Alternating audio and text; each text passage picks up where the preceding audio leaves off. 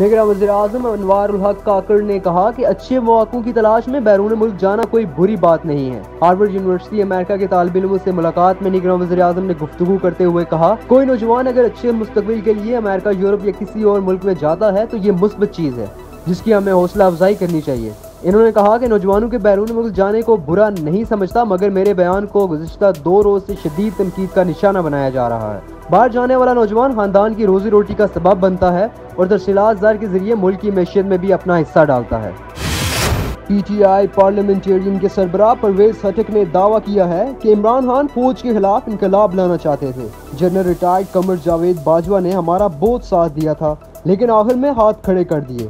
پرویز خٹک کا کہنا تھا کہ الیکشن کے لیے جنرل ریٹائرڈ فیض حمید اور قمر جاوید باجوہ نے ماحول بنایا لیکن عمران خان نہیں مانے۔ جنرل ریٹائرڈ باجوہ نے کہا کہ شہباز شریف لکھ کر دیں کہ اسمبلی تحلیل ہوگی۔ انہوں نے عمران خان کو کہا کہ دھرنا ختم کرو لیکن چیئرمین پی ٹی آئی نہیں مانے۔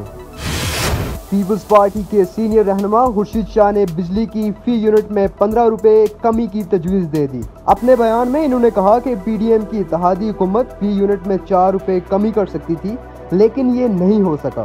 نگراں حکومت فی یونٹ 15 روپے کمی کر سکتی ہے۔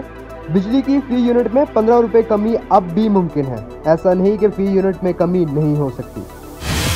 وفاقی حکومت نے وابڈا کے گریڈ 17 سے 22 تک کے افسران کے لیے فری یونٹ ختم کرنے کا فیصلہ کر لیا۔ وزارت پاور کی جانب سے دی گئی بریفنگ میں کہا گیا کہ وفاقی کابینہ کو آئندہ اجلاس میں سمری بھیجی جائے گی جس میں فری یونٹ ختم کر کے انہیں تنخواہوں میں کچھ اضافی رقم فراہم کی جائے گی۔ علاوہ ازیں چوری کی مد میں لائن لاسز 201 ملین روپے تک جا پہنچے۔ اس کے لیے قانون بنانے کے لیے حکمت عملی اختیار کی جائے گی۔ وزارت پاور کے مطابق فاٹا میں 5 کروڑ جبکہ آزاد کشمیر میں 6 کروڑ 50 لاکھ بل ادا نہیں کرتے۔